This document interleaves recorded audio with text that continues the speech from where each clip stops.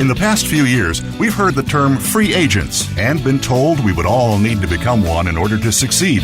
The recent economic structures have helped to promote this concept as reality. Where do we get the tools to take control of our career path in the present and future? Welcome to the Career Confidante with your host, Marie Zimenoff.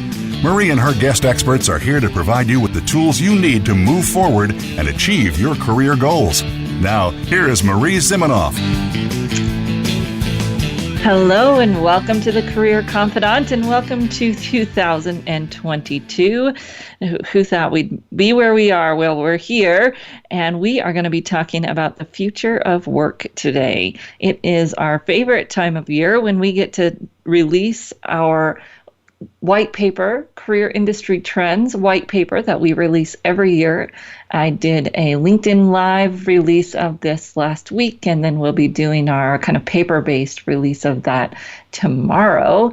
So if you're listening to this later, it's already there, and you can go and find it at careerthoughtleaders.com/white paper. careerthoughtleaders.com/white paper. So this is where we get together, individuals across the globe every year, to talk about what's going on in the world and how is that going to impact careers. So job search, career advancement, career exploration, the career development of young people. We typically have a large industry participation from people at universities. And we do have people from all over the globe. So Australia, Nigeria, Cameroon, South Africa were represented this year, in addition to the US, the UK, and Canada, which is kind of our normal crew, but we always have some folks participating from all over the globe, which is fun.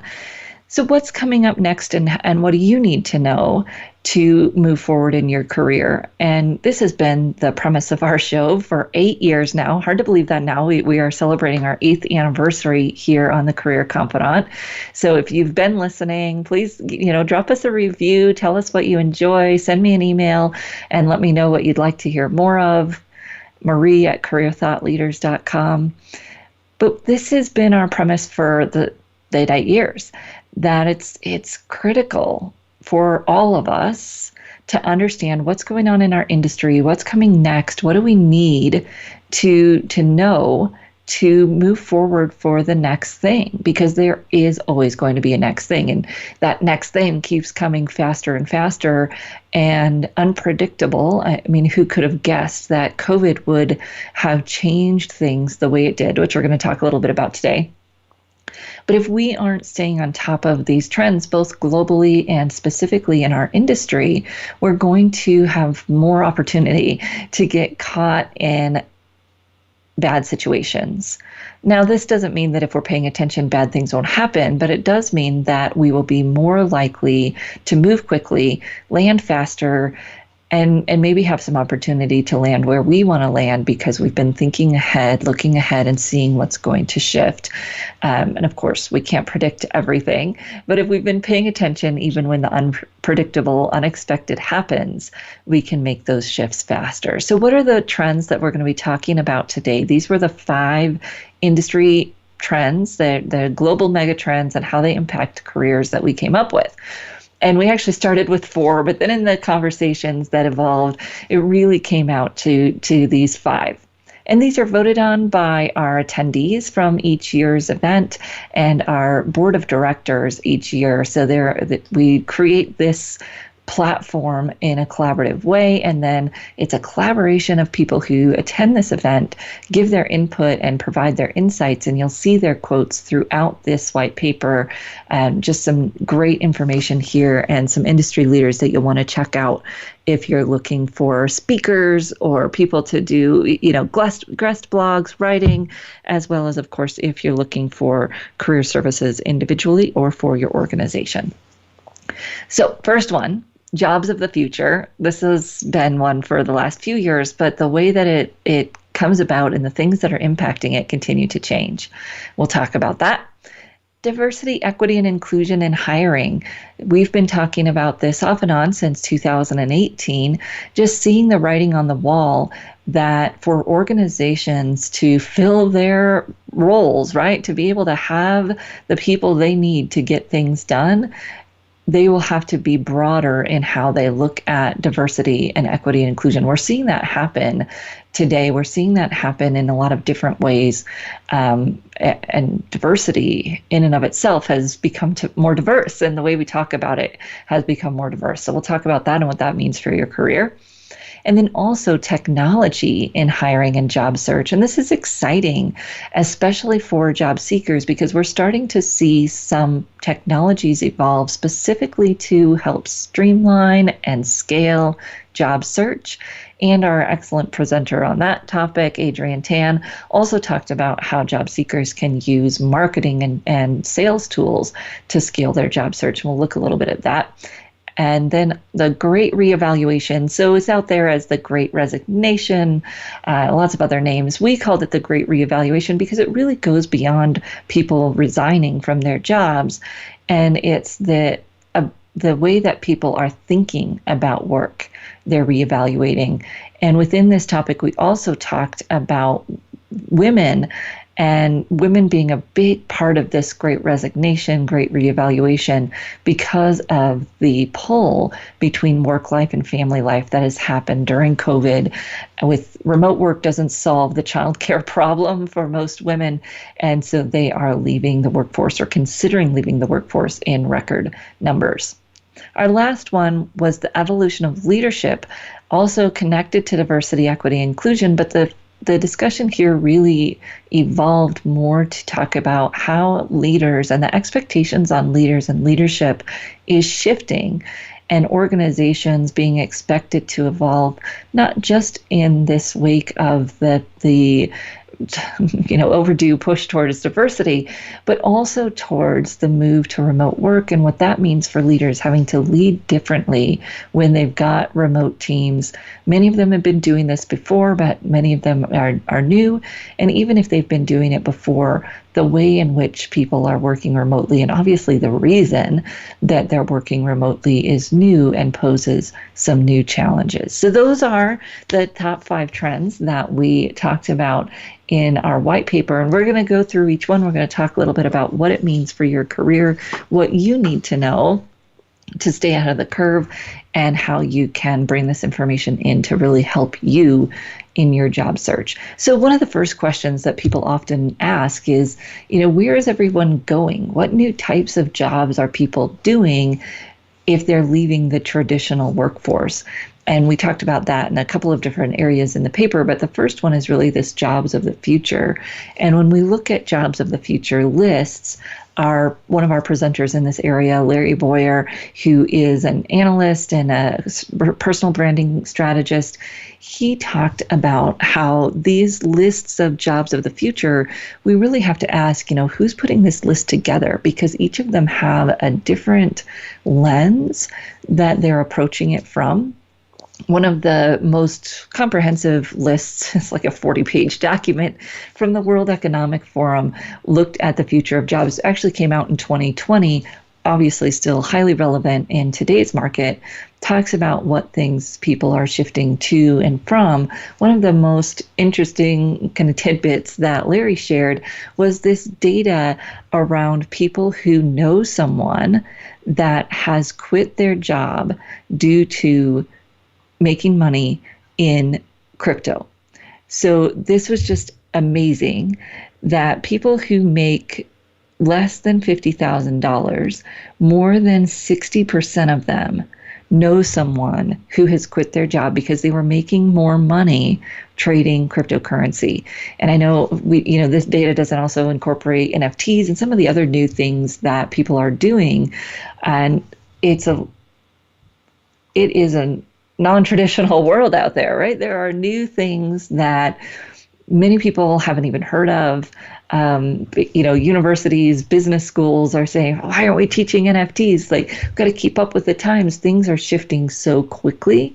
And then, cryptocurrency crashes, but still people are making enough money in these types of things to leave their jobs, especially if they were making less than $50,000. A lot of other non-traditional or creative types of things that people are doing. Part of a group of people who is helping other people launch memberships, right? We launched a membership this year in Career Thought Leaders, And that is just full of people making a living doing all kinds of interesting, artistic, very technical, all the things that you can think of. People are making a living by providing information and community to other people. And this idea of community is kind of one of the big themes for marketing and organizations this upcoming year. And people are making a living doing things that, our parents, or perhaps even some of us listening today, never could imagine that this is how you could make a living today. It's shifted very quickly with COVID. COVID sped up that transition to online business and online commerce and people buying things online, people looking for community online, and that has really shifted the jobs of the future. However, jobs of the future also include the things that many people do today. And oftentimes when we think about jobs of the future, you get a lot of tech stuff, right? AI and analysts and big data and the technology behind crypto, the blockchain. However, the whole list from the World Economic Forum, half of that list is people-based jobs. It's sales, it's customer service. I mean, you've heard a lot this year about customer experience, customer service, and these predictions were put together even before COVID, but half of the list is marketing, which has some kind of analyst pieces to it, but also the people pieces of it, people and culture, how will you connect with people, HR, etc., product development, so that human side of strategy and what do people need, what are the products, how do we make sure that we're delivering those products, and then sales, lots of sales jobs in the jobs of the future from the World Economic Forum. And if you're not a technical person, better get comfortable with the idea of being that interface between the technology and people, or being that person that develops the community, maintains a community, because those are the people-based jobs of the future. And they're good, they're going to pay well, they're going to be very flexible, most of them, when you look at what they are, but they do balance out some of the more techie jobs that you read. And then you're going to have accountants, managers. The jobs of the future also will include the jobs of today. How we do those jobs is going to change, which is why it's so important that we stay on top of the trends and understand what's going on in our industry, because that job that you have will still be viable in the future, most likely. But how that job happens and how you communicate inside of that industry, you'll need to shift and stay on top of things to be able to be effective in how you execute. And we are going to take a short break. When we come back, we'll go through our other 4 areas. Just a reminder, we're here from Career Thought Leaders. And if you are in the career services industry or want to get into the career services industry, now is the time. People are looking to make a transition, and our Career Transition Coach program can help you do that. We give you the tools that you need to do that. You can go out and get a bunch of certifications and assessments that will help you do that, but we'll give you the tools to get started. No assessments required, no additional purchases required, just the tools that you need to walk someone through career decision-making, exploration, and beginning that transition. And you can find out about that at careerthoughtleaders.com, Career Transition Coach. And we will be right back, and we'll talk more about these trends for the future.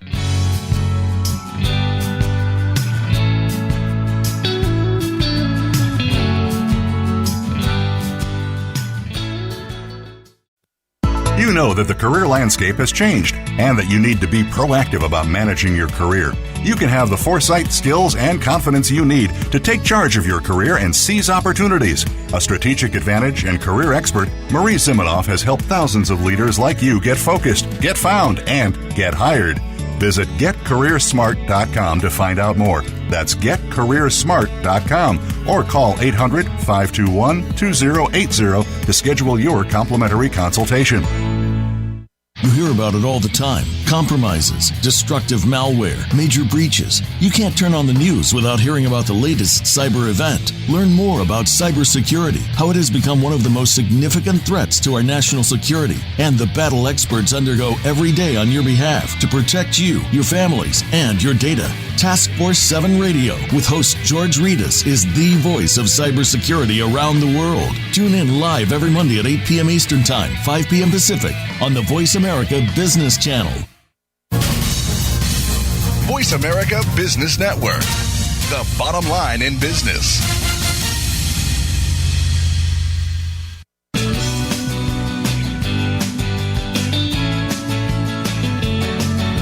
You are tuned in to The Career Confidante with Marie Zimenoff. If you have a question or comment for Marie or her guest today, please call 1-866-472-5790. That's 1-866-472-5790. You may also send an email to marie@astrategicadvantage.com. Now, back to The Career Confidante. Welcome back to the Career Confidante, and today we're talking about the 5 megatrends impacting careers for 2022. And the first one that we were talking about was the jobs of the future and how that's going to shift, and really the way that we look at those jobs of the future lists. How do we look at that and think, okay, what does this mean? What's it telling me? And then we always have a great group of career services providers out of the universities that attend this event, and they shared some really good ideas, well, some trends of what's going on in universities right now. Obviously, a shift in universities towards offering training that prepares people for the workforce. And there's a balance. Universities are still going to provide that underlying education, the training in how to think, how to problem solve. And universities are starting to realize that students need what my friend Cheryl found in a Forbes article, the triple threat, right? Dr. Cheryl Minnick brought that to my attention. It's in a Forbes article talking about the triple threat, that yes, they need a degree, but they also need a certificate of some kind that matches them with that real world requirement and the experience. So universities are shifting. They're offering more short-term programs, obviously offering more online programs, more hybrid programs, and the micro credentials that help people get the skills they need to apply to that job. Also partnering with people like our colleagues at Parker Dewey, great things going on at Parker Dewey in micro internships so that people get the experience that they need in addition to getting the training or the education. Well, the other pieces that we're seeing in terms of education is kind of a pushback against tenure. So universities have struggled financially, some of them not, but some of them have struggled financially during this time, and not being able to do anything with faculty loads is a problem. And so will we see the changes in tenure structures? So part of our paper is what's happening now, and then part of our paper is also this prediction of, and we usually keep it in the positive of these are the things that will change, or it's kind of, we hope they'll change based on these challenges that we're seeing. And we're seeing more need for, it's really more agility in the university environment to adapt to industry needs, offer these programs that are kind of like a finishing school, I guess you would say, but in a completely different way of now you've got the baseline degree. What do you need to go out there and match with industry requirements? Of course, there's been a lot of pushback from industry on education saying that you're not delivering people with the skills that we need, both hard and soft skills, to succeed in the workforce today.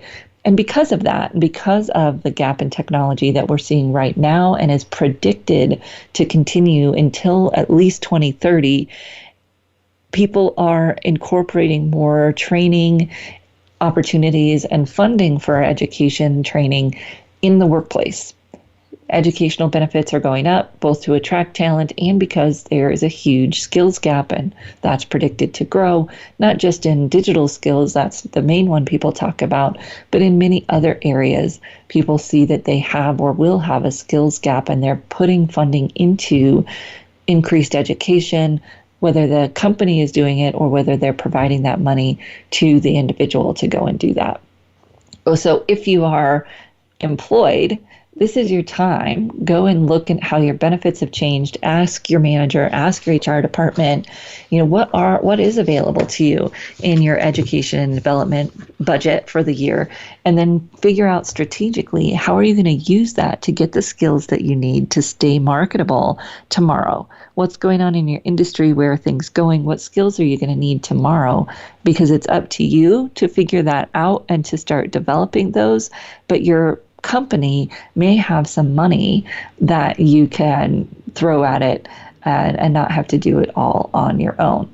So diversity, equity, inclusion. As I said, this topic has been evolving and becoming more diverse in and of itself. The term neurodiverse has been around since before 2000. However, it's really just started to work its way into workplace discussions more and more in the last couple of years, where people are talking about neurodiversity in hiring. And this could mean people who have ADHD, ADD, are on the autism spectrum, whatever that looks like in those types of diagnoses, but also are mental health, like bipolar. So neurodiversity covers a wide range of, and it kind of described as different ways of thinking. And I love this, people recognizing the strengths of someone who may think differently. Temple Grandin, she's a professor at Colorado State University, my alma mater, so follow what she does. She wrote a book a couple of years ago about this different ways of thinking and how if, for instance, engineering teams had more diversity of thought, people that thought differently, maybe they brought the builders into the design conversations, things like, the flooding plant in Japan wouldn't have happened because the person that builds the things would have said, hey, that design's not a good idea. So this idea of when you have teams who are really diverse, not just in ethnicity, immigration status, sexual orientation, gender identity, but also in ways of thinking, that you can make better decisions, make better solutions for your customers and for the world. This is the idea behind diversity. And as Murray Mann, one of our presenters in this area, talks about, there's a lot of pushback against diversity right now. But when we look at it at its core, this is really what it's about, that there is data demonstrating bottom line impact when there is diversity on teams, because you think better, you may come up with better solutions. And Lynn Miner Rosen, one of our speakers, was an expert in this idea of neurodiversity and really talked about how this is coming into the workplace. Now, there's a lot of technology in the hiring process right now. We're going to talk about that here in just a minute.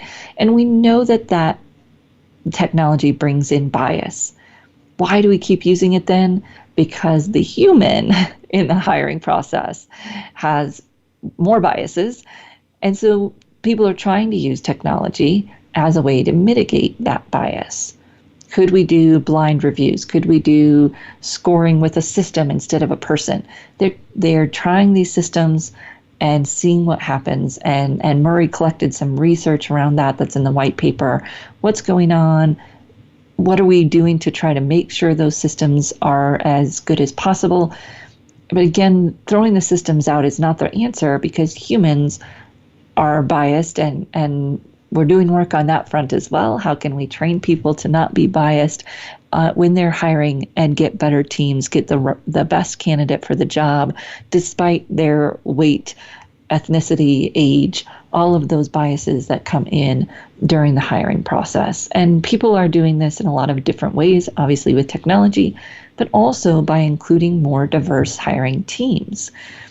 It's hard to hire diverse candidates if you don't have a diverse team to start with. So we got a little chicken and egg there. but they are trying to put together teams of people who are diverse so that the hiring conversations can be more balanced. They're also changing the hiring requirements. So one of our data points was that 36% of employers are eliminating degree-based requirements for core competencies because degrees can perpetuate some of these biases. They're also removing things like recruiting from certain universities, which furthers a lack of diversity, and doing more global hiring and maybe even some more kind of micro internships opportunities that allow for underserved populations or rural populations to get engaged in their workforce and increase that diversity of thought. There's an interesting conversation also going on in this area around disability, and disability historically had been left out of the diversity conversations for the most part. With the increased number of people experiencing disabilities or talking about their disabilities in relationship to COVID, we've seen more conversation around diversity of disabilities. So people with all different types of abilities, including neurodiverse, but beyond that, and in the psychological or physical disabilities, when they come into this conversation and they're included in this conversation, it brings in a whole new group of the workforce who has historically been passed over. When you look at the number of people on the autism spectrum who are unemployed, the number of people with developmental disabilities who are unemployed, when employers start to address those biases and think about things differently, they open up a whole new talent pool of people, highly capable, who've been sitting around waiting for people to figure that out. So that's exciting, and the conversation around that is exciting. And this all comes down to the definition of diversity and the idea of inclusion really covering more groups of people and therefore being a more effective conversation. And it's exciting to see that. People are thinking, how do you onboard employees onto a team that may not have experience working with someone like that, right? And that whole idea brings up that bias in the first place, but it's an important thought to have because teams of people who've largely been non-exposed to diversity are going to want to have a place to have that conversation. And they're going to have questions, and it may be awkward. So hiring teams are thinking about this. How do we onboard and create better culture of inclusion from the beginning now that we are talking about a true definition of diversity? And organizations like the AARP and disability rights organizations are furthering this conversation. They're helping employers out.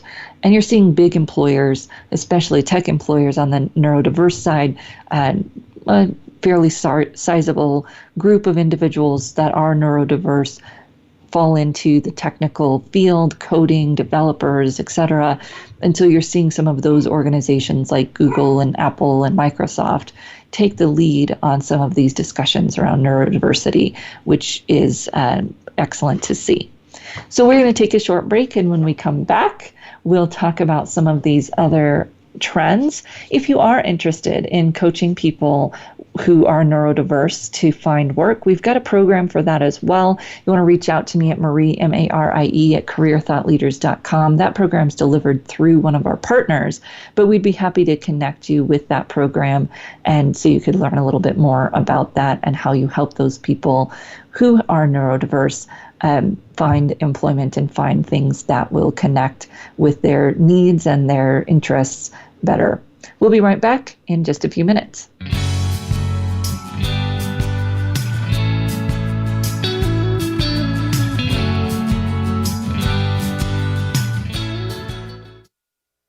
You know that the career landscape has changed and that you need to be proactive about managing your career. You can have the foresight, skills, and confidence you need to take charge of your career and seize opportunities. A strategic advantage and career expert, Marie Zimenoff has helped thousands of leaders like you get focused, get found, and get hired.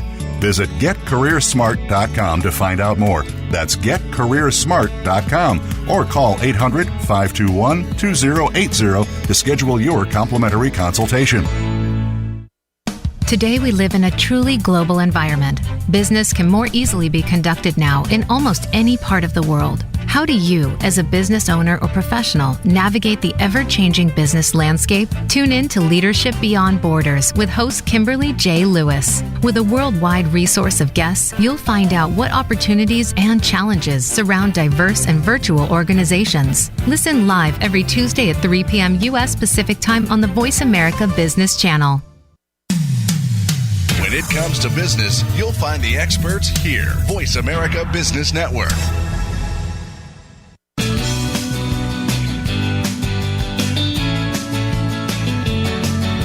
You are tuned in to The Career Confidante with Marie Zimenoff. If you have a question or comment for Marie or her guest today, please call 1-866-472-5790. That's 1-866-472-5790. You may also send an email to marie@astrategicadvantage.com. Now, back to The Career Confidante. Welcome back to the Career Confidant. And before the break, we were talking a little bit about diversity in hiring. And one of the things that, well, I talked about how people with disabilities are often left out of this conversation. One of the requirements that I've seen changing, also leading to this conversation, is a removal of the question about background check. Removal of the question about felonies or involvement with the justice system. Now, you might not think about this as a population that gets discriminated against. Oftentimes, it's one of our kind of main underlying biases that these people deserve to be discriminated against because they made mistakes. The problem with that, of course, is that it just perpetuates that behavior if we don't have an opportunity for them to make new decisions, to find employment. And oftentimes, the reasons that they have been incarcerated are things that you or I would be blown away by and perhaps fit into those same categories. I once had a gentleman in one of the groups that I was working with at a halfway house who had offered his employee discount to another individual, and because it was over $1,000, it was a TV or something at Home Depot, I can't remember. And because it was over $1,000, that was a felony. So now that person has a felony on their record. It's a financial related felony, which makes it even more difficult to get hired. And you might say, well, they made that decision. They deserve that discrimination. But it just, it's one of those societal constructs that doesn't do us much good in the long run. And how long do they have to hold on to that? How long will it work against them? So you've seen a lot of things changing where people are no longer asked for that question, or the question has shifted just to felony and not to misdemeanor, or people are just paying a little bit more attention to that. And that's awesome, because those people need a second chance and because we need them in the workforce, both so that they can move on with their lives and so they can become productive members of society. And so the other area that we're seeing this shift is in requirement for salary in job listing and not being able to ask about previous salary in a hiring process. This helps young people. It also helps people who are career transitioning, and particularly it helps women close the salary gap. So it's not directly related to diversity hiring, but this shift in salary discussion is going to increase diversity in salary pools, because you'll see people who have been kind of pushed down in the workforce because of their salary history now being able to make a transition, be in leadership roles, despite maybe not fitting that stereotypical definition that a hiring manager was putting together based on that salary history that they were getting. So I love that more people are requiring salary to be listed in the job announcement, and more people are saying that you can't ask about that, because it does increase the ability for people to be mobile in the workforce and for people to have a more diverse pool of people that they're looking for that job. Okay, so that moves us straight into this hiring technology and job search technology conversation. And the hiring technology is really evolving to try to increase the talent pool, both because talent, applicant numbers for certain roles may be down, or qualified people for the roles may be down, but definitely because we want that more diverse talent pool in every way that you can think of it. Rural versus urban, age, gender, ethnicity, everything.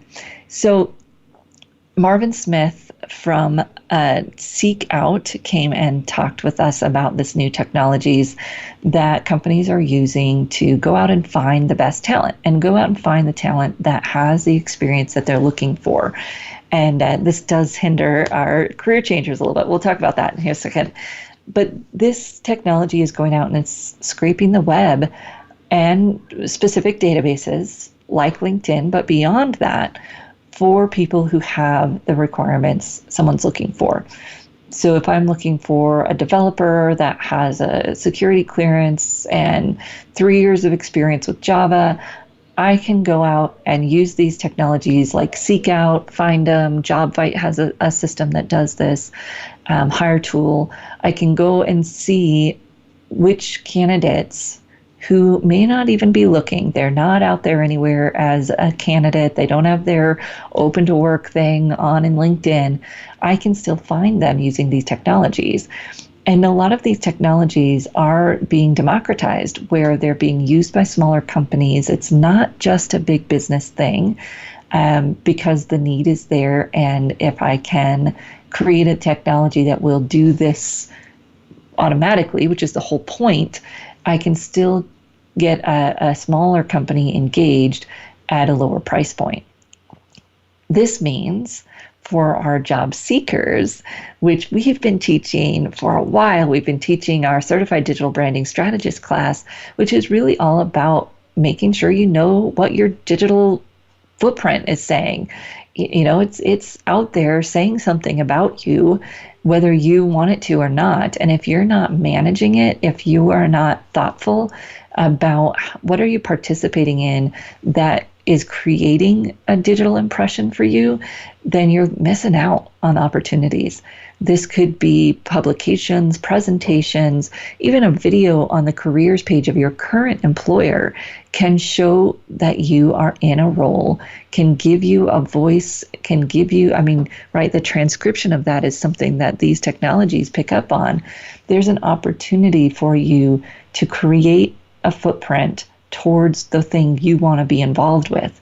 And this is true even if you're a career changer. So a lot of our career services providers are a little frustrated at this point in time when we're talking about this, because the whole point of the technology is to find people that have qualifications and in some ways make it more difficult for career changers. However, if our career changer is focused, they can start building a footprint in the direction they want to go. Blog about that, comment on blogs about that, put up videos around that, get engaged in community discussions around that. And they may not have the specific requirements, but they still are going to have an opportunity to show up in those searches.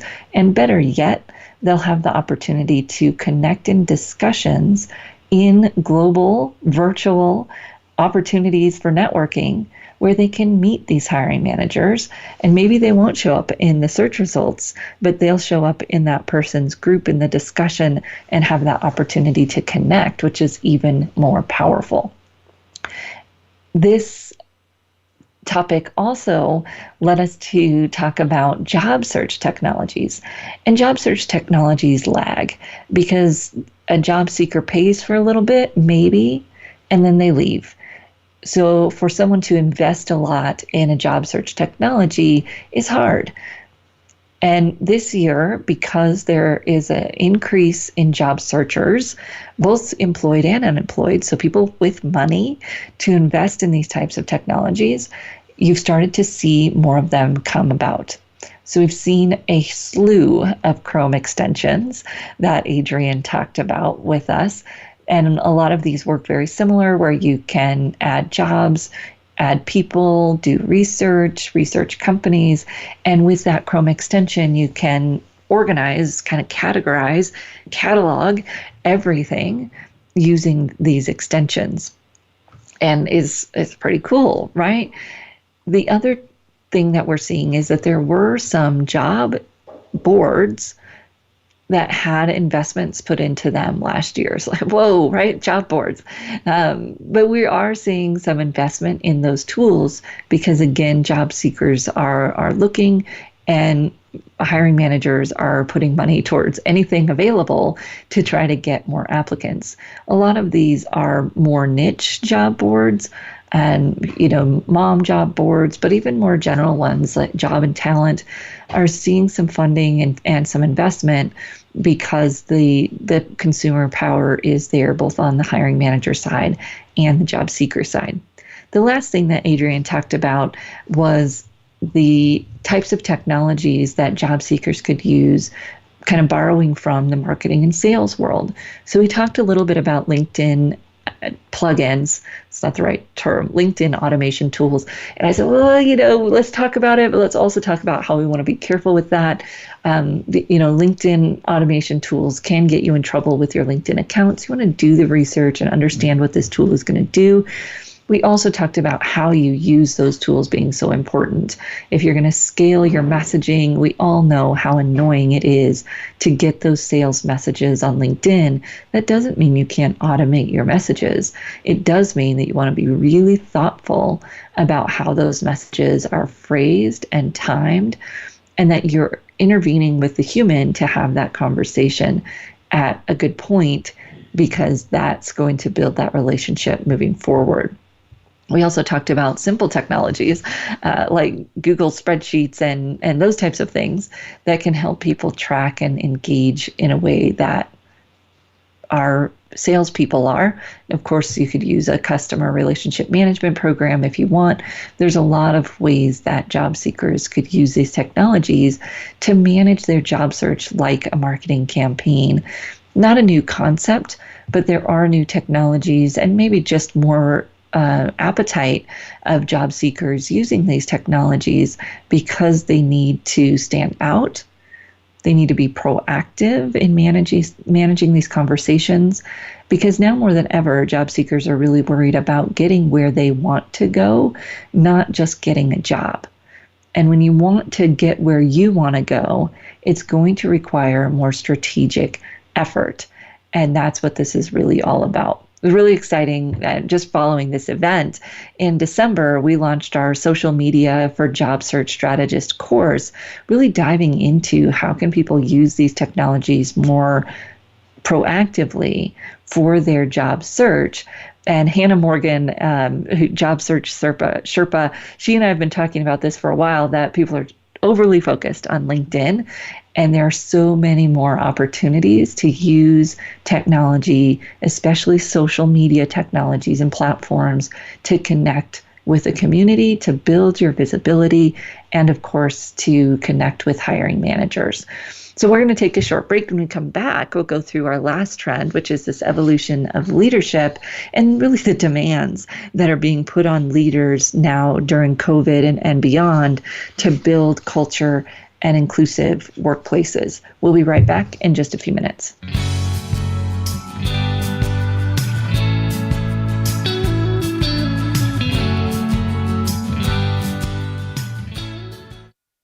You know that the career landscape has changed and that you need to be proactive about managing your career. You can have the foresight, skills, and confidence you need to take charge of your career and seize opportunities. A strategic advantage and career expert, Marie Zimenoff has helped thousands of leaders like you get focused, get found, and get hired. Visit getcareersmart.com to find out more. That's getcareersmart.com or call 800-521-2080 to schedule your complimentary consultation. Voice America programs are now available on your favorite connected device, including Amazon, Alexa, and Google Home. Through streams with Apple Podcasts, TuneIn, and iHeartRadio, listening to your favorite show is as easy as saying the show name followed by the word podcast. Hey, Alexa, play Finding Your Frequency podcast. If that doesn't work, try adding on TuneIn or on iHeartRadio or on Apple Podcasts. Voice America Business Network, the bottom line in business.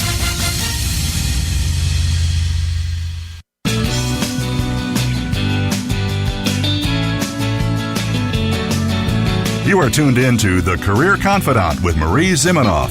If you have a question or comment for Marie or her guest today, please call 1-866-472-5790. That's 1-866-472-5790. You may also send an email to marie@astrategicadvantage.com. Now, back to The Career Confidante. Welcome back to the Career Confidante, and today we've been talking about the 5 megatrends impacting careers for 2022. And we're talking about the hybrid workplace, but also about women's careers during the Great Reevaluation. And I'm just like floored that we haven't had an interruption from my 3 and 5-year-old. I'd have to give my husband a little award today because, of course, with the holiday, they're home. And this has been a challenge for everyone, working men and working women, but the data shows highly focused on women figuring out what to do and exiting the workplace at amazingly alarming, historic rates. And so they call it the Great She Session, which is fun, and thinking about what are employers going to do to get women back into the traditional workforce? How are they going to make accommodations? Because this is still going. Last week, my 3-year-old was home 4 days. There are women in my world that make this happen where they work remotely and they have their kids at home with them. I don't know how they do it. My 3-year-old wants to play. He wants my attention. And this is a thing, right? And it's going to be a thing for at least the next 6 months. We all hope that over the summer, something can get figured out and next year we can have something different. But women have left the workforce and there isn't any reason to return right now because next week your kid's going to be at home all week because of COVID. How are employers going to adjust for this? They've got a record number of openings to fill, but they can't think the same way that they've been thinking. And so Latasha Williams was talking about this, the women's side of it. Alp Segnosoy, Alp, from Turkey. He runs a company called Expert Terra in the gig workforce, and he talked a lot about where people are going to when they're leaving their traditional workplace. An increase of 34%, so 34% annual growth in gig or part-time independent workforce just in 1 year. So from 2020 to 2021, independent workforce grew 34%. These are just fascinating things that are happening in our workforce. People have figured out how to pull pieces together and make it work. How to work after the kids go to bed or when they wake up or the 10 minutes that they'll sit quietly with the leap pad, right? This is where we are right now. How will it shift? I don't know, but most of the data says that people want to continue a flexible work schedule. This means that most people do want to have some in-office opportunities moving forward, not completely remote. Most people want that flexible and hybrid. How are employers going to make that happen? And leaders are taking a large shouldering of this right now. And not that they shouldn't, and yes, they had skill development to do, but I just see a really large hurdle for leaders right now. This is times where people are having an existential crisis. It's not just about bad leadership. Yes, bad leadership is out there. People are struggling and leaders are being expected to hold it together. Be empathetic, be flexible, offer these different opportunities. The latest thing going around right now on the internet is a guy gets up in his suit jacket, but he's got on his sports shorts. And then it's kind of the assumption made in one of the posts I saw was that the leader of the group then also gets up because he's in his suit jacket with his sports shorts. And this idea that we all have empathy for each other. The problem is that we're also all stressed and we have to take a breath before we react. I've gotten several messages from people that I know are feeling stressed, and so they're rude.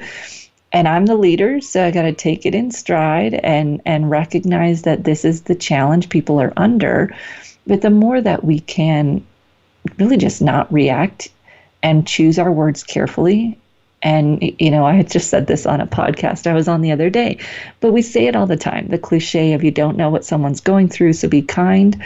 We need to live it now. It can't just be a cliche anymore. Even if someone is not doing something you think they should be doing, we need to approach that conversation differently. Otherwise, you're going to come at it like a jerk, and it's going to turn out that there was a death in their family. It's not going to work out well, right? Some people want to communicate that. Some people don't. And we have to approach conversations in a different way right now, or it's going to come back to bite us. And this is especially true of leaders and organizations trying to build culture, not just for the hybrid workforce and the gig workforce and for women who are shouldering the brunt of most of this right now, but also, and this was our last trend, talking about diversity and leadership and diversity and culture of inclusion. And this is the call for leaders right now. And I guess you could say that it applies to the different ways of working and all the different types of diversity. Remote versus in person is now a different category of this conversation, right? When we're thinking about this, that people expect leaders to be accessible, to be empathetic, to communicate extraordinarily well, to have a presence and an advocacy for sustainability, for climate change issues, for social issues. There's a lot of pressure right now on leaders, and this is also being matched by a huge uptick in leadership coaching, which is great because these leaders need support right now. Internally, their organizations, or externally from coaches, they need support to improve their emotional intelligence, especially if they were kind of brought up under the old leadership models. They might have that, shut up and put up kind of attitude, and that's just not going to work right now. I don't know if it'll ever work in the future, but in COVID times, it's definitely not going to work. And the increase of these needs sparked also an increase in coaches, which is great, especially trained coaches out there getting more business and doing more great work. We know that there's a case for inclusion and diversity. Data from McKinsey and Company and tons of financial analysts, financial firms has proven that. And we're starting to see why, because it's not just about the traditional definitions of diversity, but it's more. And we also need to provide leaders and aspiring leaders with the tools to advance their own leadership, to communicate for themselves, and to advance in the digital world, in the virtual world. People don't know how to manage their careers in the digital world, and to make sure they're being visible, but also communicating well, balancing all of these requirements. And it's really a challenge. My heart goes out to people in leadership roles right now who are trying to figure this out. There are coaches out there ready to help you. You look at the International Coach Federation website. Career Thought Leaders has a directory of coaches. Don't struggle alone. It will hurt your career. Ask your internal organization for resources or seek them out for yourself. They're there for you to help you figure out either how to advance virtually, how to manage that remote team, how to increase your emotional intelligence.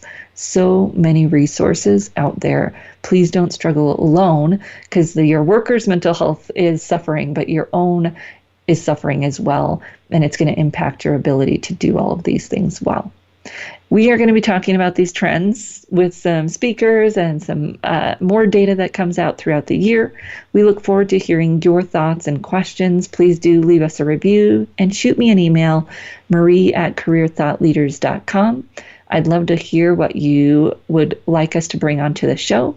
And we will be back next week right here on the Career Confidante.